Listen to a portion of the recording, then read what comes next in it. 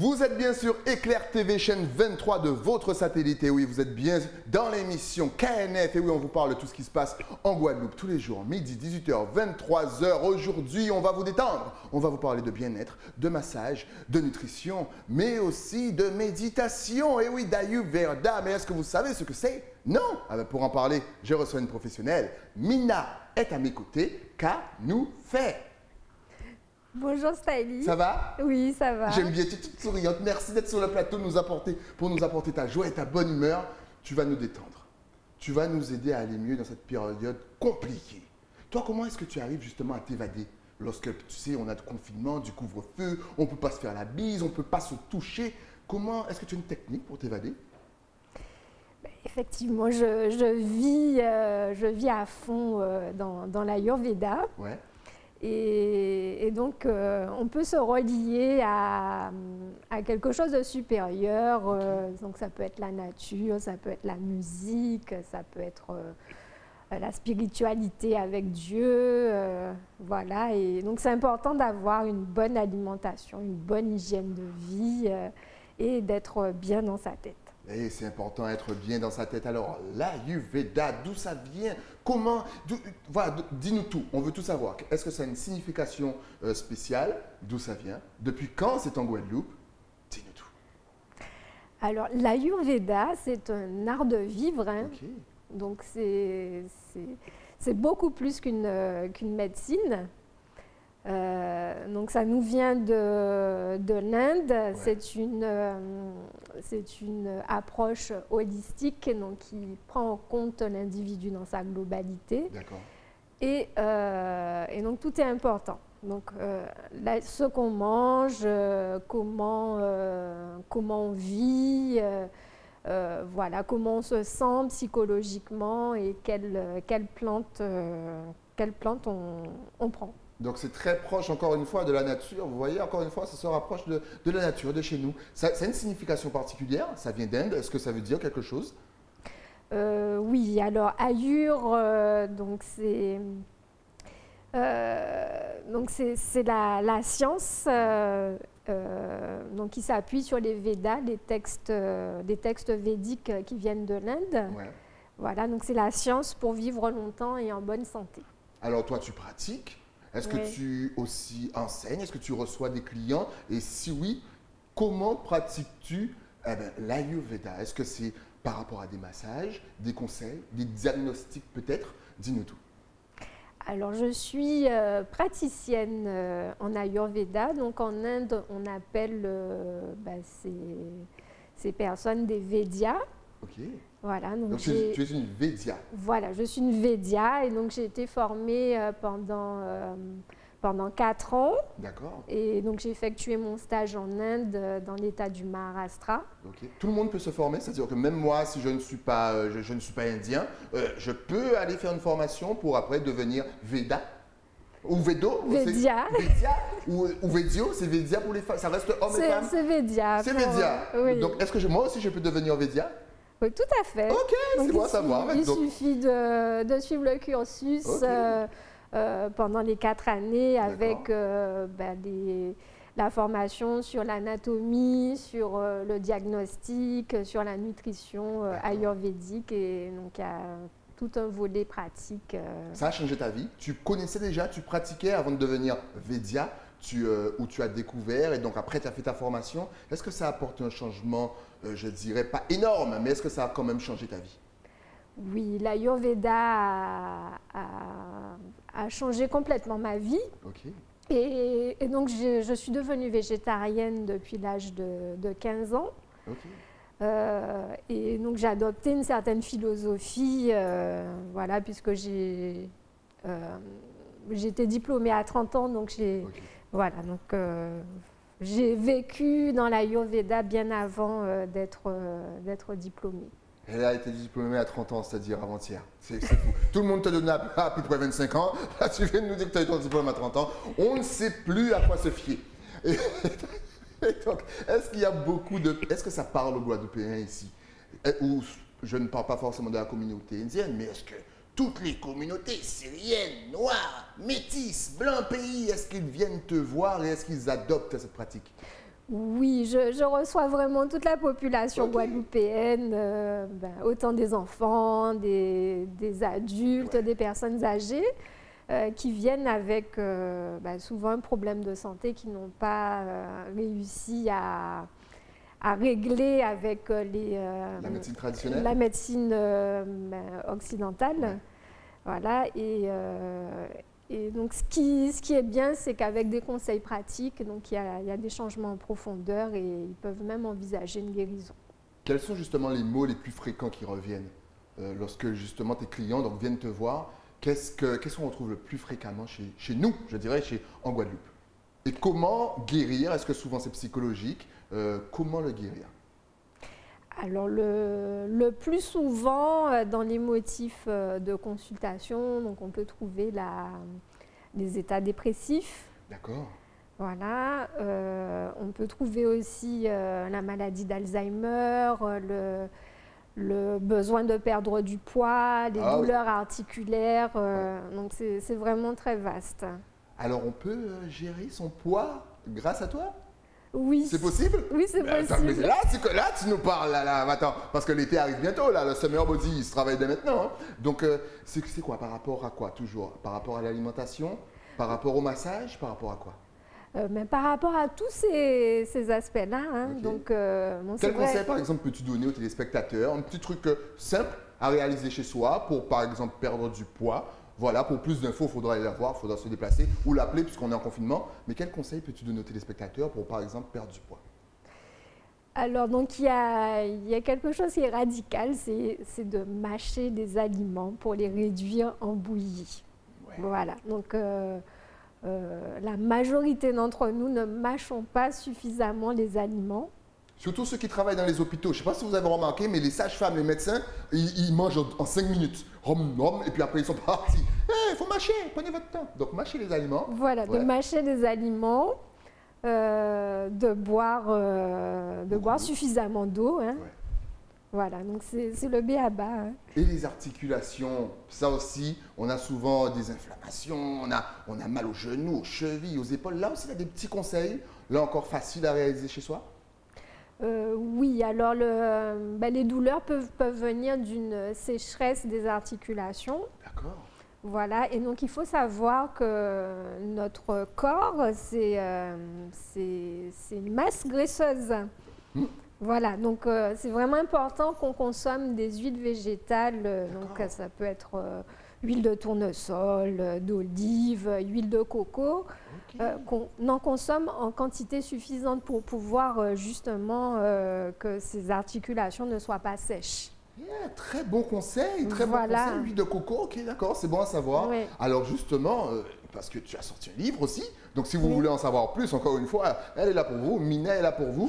Tu as donc sorti un livre, peux-tu nous en parler? Oui, effectivement, donc j'ai travaillé pendant 3 ans à la réalisation du programme Ayurveda pour vivre longtemps et en bonne santé. Vivre longtemps. Oui, et donc ce livre se présente plus comme une méthode pratique avec des exercices. Et ce livre est structuré en 4 parties. Ouais. La première partie porte sur l'alimentation, avec vraiment des régimes concrets en fonction des 3 constitutions. Voilà, donc il y a vraiment un régime alimentaire qui est adapté à tout un chacun. Le deuxième volet est sur l'hygiène de vie, donc l'exercice physique, les soins corporels, le sommeil. Le sommeil, oh là là. Ah oui, c'est... Oh, combien d'heures par jour de sommeil conseillerais-tu justement aux téléspectateurs? Alors le sommeil... 8 heures, 9 heures, 10 heures. Le sommeil varie en fonction des constitutions, voilà, Okay. du type de personne. Donc ça peut aller à 6 heures de sommeil pour les constitutions Pitta, donc modérées. Okay. Donc pour les types Vata, donc le conseil va être plutôt d'aller dormir avant minuit. Ouais. Voilà, 8 heures de sommeil seront nécessaires. Ça c'est pour les Vata? Les Vata. Je suis Vata. Mais Vata même avec S, hein. Moi il me faut au moins 10 heures de sommeil. Ok, En d'accord. fait, les Vata, ce sont des artistes. Ah, mais je savais même pas. Donc, ils ont tendance à vivre la nuit. Oui, c'est vrai. Ça, c'est vrai, ça. Ah ouais, je t'en prie, continue. Voilà. Donc, après les Vata et leurs 8 heures de sommeil. Et donc, la dernière constitution, Kapha, Ouais. donc ce sont de gros dormeurs. Ils peuvent dormir jusqu'à 12 heures d'affilée. Ah, non, je ne suis pas Vata, je suis Kapha. Salut, Gary, Kapha. Tu nous parlais de sport. Combien voilà, d'heures par jour, j'allais dire heures, mais on n'est pas forcément obligé de faire beaucoup par jour. Mais combien conseillerais-tu à quelqu'un de faire une activité? Combien d'heures conseillerais-tu à quelqu'un de faire une activité? Par jour, par semaine, peu importe. Donc là encore, dépend. ça dépend en fait des trois catégories, Vata, Pitta et Kapha. Et Kapha, donc Voilà. Vata. Donc les Vata, donc Ça, c'est les artistes, ça. Vata. oui, donc ce sont des personnes qui ont des facilités pour le mouvement. Ouais.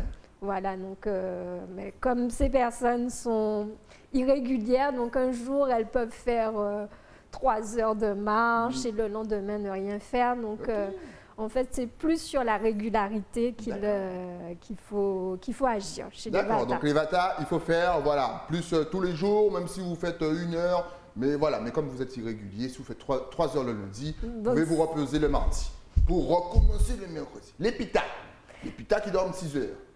Oui, alors les Pitta, alors eux, ils sont à fond. Hein, c'est-à-dire qu'ils sont très disciplinés. On leur a dit qu'il faut faire 1 heure de sport tous les jours, donc ils vont le faire. Donc ils ont tendance à être trop disciplinés. Ça c'est le problème des Pitta.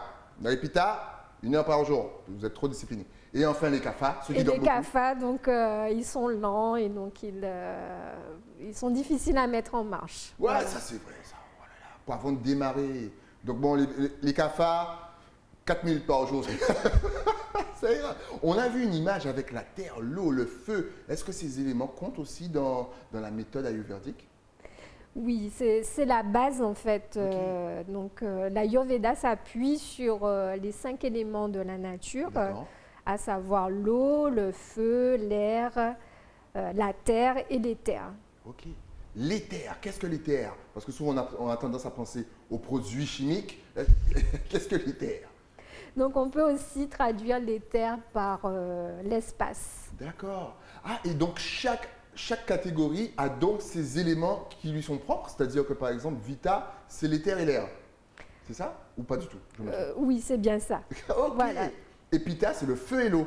Le feu et l'eau, oui. Ah, c'est génial.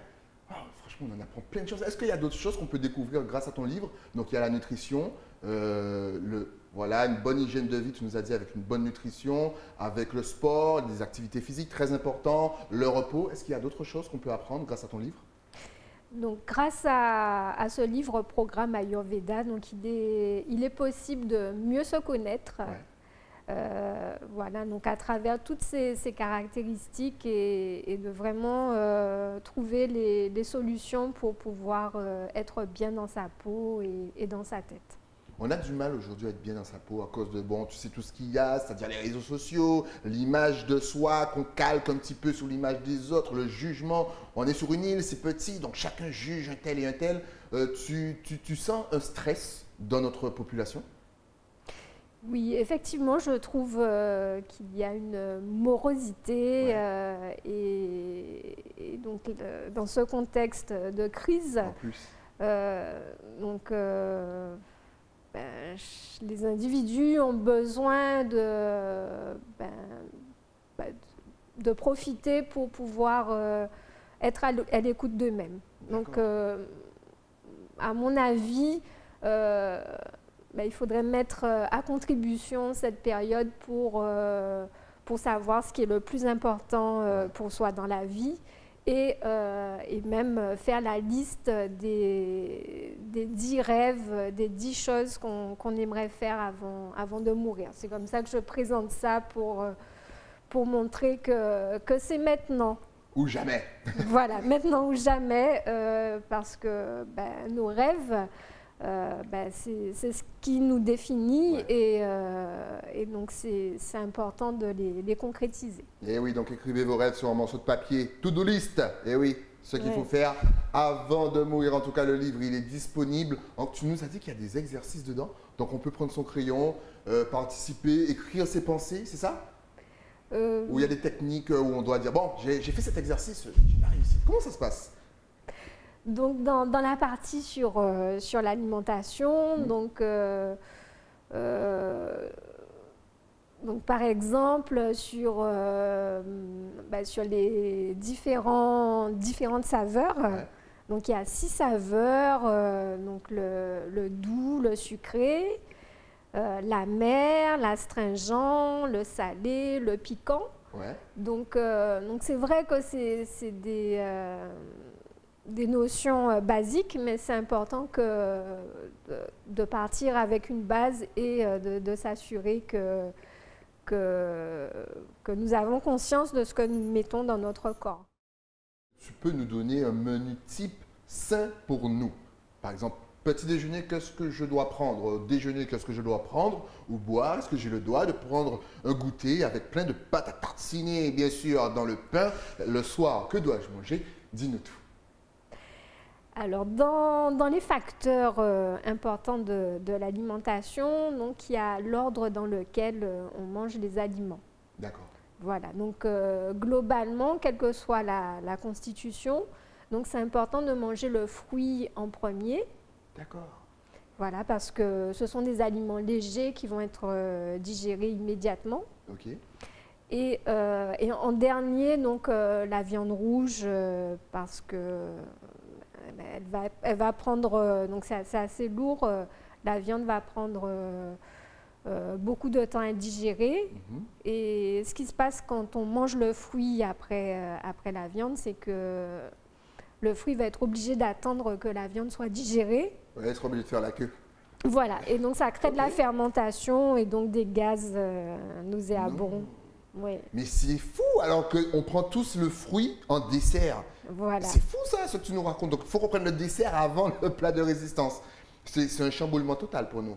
D'accord. Oui. Et au petit déjeuner, faut-il manger beaucoup ou très peu? Ou comment ça se passe? On attaque la journée le ventre plein? Ou dis-nous tout. Toi par exemple, tu prends quoi au petit déjeuner? Alors ce matin, donc j'ai pris j'ai ma tisane. La tisane, beaucoup de personnes prennent de la tisane au petit déjeuner. Ok. Oui. J'ai testé. Ma tisane ayurvédique. Donc j'ai aussi du lait d'amande avec du muesli. Ouais. Parce que je suis un type Pitta, donc l'élément feu est très présent chez moi. D'accord.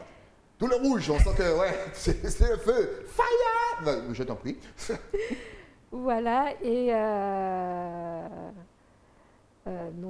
c'est tout, que du liquide? Oui, que du liquide. Ah ouais, tu attaques la journée, tu es souriante et pétillante comme ça, c'est bravo. Et à midi, est-ce que tu te rattrapes le midi ou pas du tout? Tu restes quand même sur une alimentation assez légère. Comment ça se passe? Donc le midi, donc c'est très varié. Donc je prépare moi-même mes repas et donc comme je travaille à l'hôpital, donc Donc tu manges vite? Non, je ne mange pas vite. Je suis incapable de manger rapidement. Et puis, voilà, mais tu dois être une exception. Parce que, si vous travaillez dans un hôpital et que vous mangez lentement, faites-nous signe. Parce que moi, je n'ai jamais vu ça. Et donc qu'est-ce que tu... Parce que tu dis que tu prépares, mais tu prépares quoi? C'est quoi? C'est du blé, c'est des légumes, c'est de la viande? Nous, on veut savoir de quoi est composé ton déjeuner. Vas-y. Alors, donc, comme je le disais, je suis végétarienne. Ah oui, donc il n'y a pas de viande. Voilà, donc que du poisson, donc végétarienne depuis... T'es 15 ans? Depuis 23 ans. Ok. Voilà, et donc mon repas est composé, par exemple, donc j'ai préparé hier une gyromonade au lait de coco. Ok. Voilà, avec du poisson, voilà, en tartare. Excellent, vous voyez, manger sain. En tout cas, si vous voulez plus d'informations, il suffit de contacter Mina. Mina, est-ce que tu as donc des réseaux sociaux ou même une adresse mail ou même peut-être un site internet? Si tu as tout ça, c'est bien qu'on ait l'émission. On rate déjà ce petit retour. Dis-nous tout, ça va s'afficher de toute façon à l'écran. Vas-y, c'est à toi. Donc effectivement, je suis présente sur les réseaux sociaux Facebook, Instagram, LinkedIn, donc Mina Yenkamala. Et vous pouvez également joindre l'association Institut Ayurvédique de la Guadeloupe via le mail institut ayurveda 971@gmail.com. Excellent. En tout cas, merci d'être passé sur le plateau, nous parler de ton activité, nous présenter ton livre. En tout cas, on va sûrement te réinviter pour avoir plus de techniques. Mais vraiment, merci. Tu nous as apaisés. Tu es calme, tu es douce. On aime ça. Merci à toi, Mina, et à très, très vite. Merci, Stylie. Nous, on se retrouve bien entendu avec un nouvel invité. Mais ça, c'est après quoi? Après la pub. À tout de suite.